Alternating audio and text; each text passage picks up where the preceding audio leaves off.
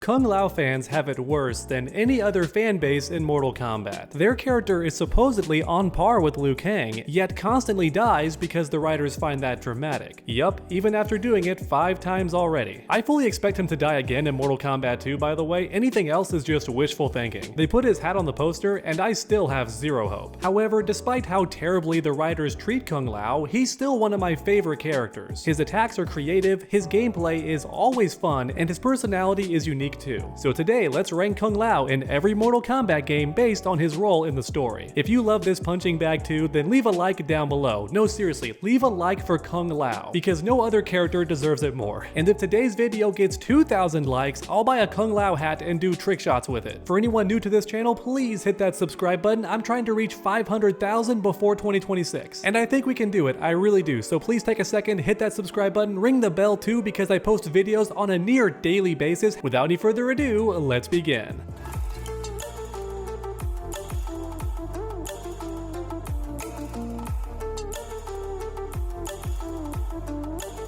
So Kung Lao doesn't appear until Mortal Kombat 2, but still the games explain what he was doing during the first tournament, and I feel that's worth explaining, because get this, Kung Lao was the original warrior chosen for Earthrealm. That's right, the Shaolin Monks picked him, but Kung Lao declined, which allowed Liu Kang to take his place and win the entire tournament. Keep in mind, Kung Lao didn't decline because he was scared or thought he couldn't win. No, Kung Lao just didn't want the fame and attention, and he wanted to live a solitary life, like any regular monk does. I find it interesting how Tobias, the writer of Mortal Kombat, actively made sure to let us know what Kung Lao was doing in the first game, despite not being playable yet. Next up is Mortal Kombat 2. Kung Lao actually fights in the tournament this time, which is great because his gameplay is amazing, and I'm guessing that Kung Lao thought he'd be needed this time at the tournament to help Earthrealm win against Shao Kahn. However, the games don't detail anything that Kung Lao does specifically. In other words, he's at the tournament, but doesn't do anything of note. The games never give any details, which means MK2 Kung Lao is active. Next up is Mortal Kombat 3. Shao Kahn invades Earthrealm directly this time and comes face to face with Kung Lao. That's right, and because Kung Lao is on par with Liu Kang, he should be able to win. However, this time Shao Kahn is strengthened by the Soul NATO, much more powerful than in Mortal Kombat 2. And as a result, Kung Lao dies. Yep, but turns out that was Shao Kahn's biggest mistake, because Liu Kang became enraged and fought fiercer than he ever has before, defeating Shao Kahn despite his huge power-up. And the games never directly state this, but I like to believe that Kung Lao's death is the only reason Liu Kang won here. Without that sacrifice, I don't think Liu Kang would have had that extra motivation within him to pull this victory off. And also, it's possible that Kung Lao's fight did injure or at least weaken Shao Kahn a bit. All of which is nice to think about. However, MK3 Kung Lao is going in the dies tier. So next up is Mortal Kombat 4. Wait a minute, how is Kung Lao in Mortal Kombat 4 if he died in the previous games? Well, he faked it.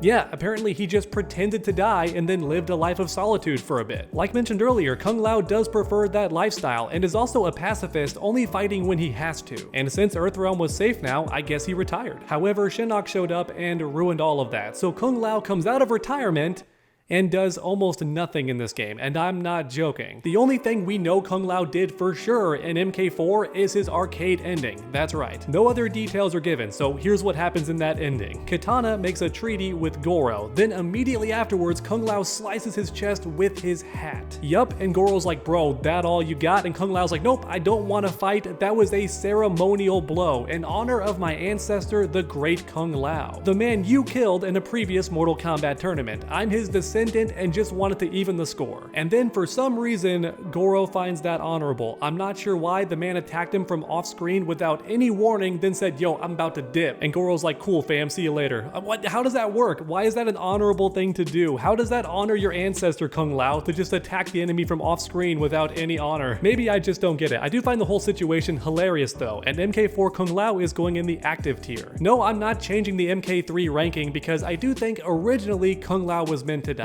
So next up is Deadly Alliance. Kung Lao is the first person to learn about Liu Kang's death and informs Bo' Rai Cho, yo, the champion of Earthrealm, defender of Earthrealm, is dead. Quan Chi struck him down, then Shang Tsung landed the final blow. I'm angry, I have to become stronger to defeat the Deadly Alliance. Bo' Rai Cho, please help me. And he does. According to the game, this training was rigorous and intense. But guess what? Your boy Kung Lao learned the Flying Dragon Kick. That's right, the move that defeated Shang Tsung. It's a big deal. deal. And according to Kung Lao's arcade ending, this training paid off. He defeated the Deadly Alliance and avenged Liu Kang's death. Until Deception, when it turns out none of that happened and all the good guys died, including Kung Lao. Yup, even decades ago, the writers are doing Kung Lao dirty, which is messed up because almost every other arcade ending in this game is canon, as in it actually happens. It's not a what-if scenario, but for some reason Kung Lao's is, which means unfortunately he's going in the dies tier. In Deception, Kung Lao's not playable, but was revived by the Dragon King and mind-controlled, similar to many other good guys that aren't playable in this game. So next up is Shaolin Monks, which basically retells the story of early games. However, it gives Kung Lao some extra moments. For example, he was actually present at the first tournament and was disabling traps in Goro's lair, which saved the lives of Sonya, Johnny, and even Kano. Then later, he gets to battle Shao Kahn and doesn't die this time because Liu Kang is fighting alongside him. Honestly, Kung Lao is my favorite part about this game. His dialogue is always entertaining. He's either making jokes or insulting people. It's great. So finally, Kung Lao is going in the big impact tier. Next up, it's time for Armageddon, the big finale. What role is Kung Lao gonna play this time? Nothing. He does nothing. I'm not joking. There's no details whatsoever on what Liu Kang does in Armageddon. Your boy doesn't even appear in conquest mode, never speaks with Taven, yeah, nothing. Which is wild. I can't believe the writers did literally nothing with this character, because keep in mind, almost every other major character from the first 3 games does something in Armageddon. But not Kung Lao though, he just dips. All we have is MK9's opening. We see Baraka was killed by Kung Lao, and then Shinnok killed Kung Lao. Yeah, that's all we know. Which means that Kung Lao once again goes in the dies tier. This guy dies more than the villains, I swear to God. Next up is Mortal Kombat 9, that's right, the reboot, baby! And just like in Shaolin Monks, some changes were made that I find interesting. Instead of missing the first tournament, Kung Lao actually sneaks in disguised as a guard, but unfortunately loses to Scorpion and is out of the tournament immediately. But then later in the second tournament, Kung Lao does lots of stuff, defeating the Deadly Alliance, that's right, Shang Tsung plus Quan Chi, and then after that he beats Kentaro. It's so cool, man. Kung Lao fans are eating good!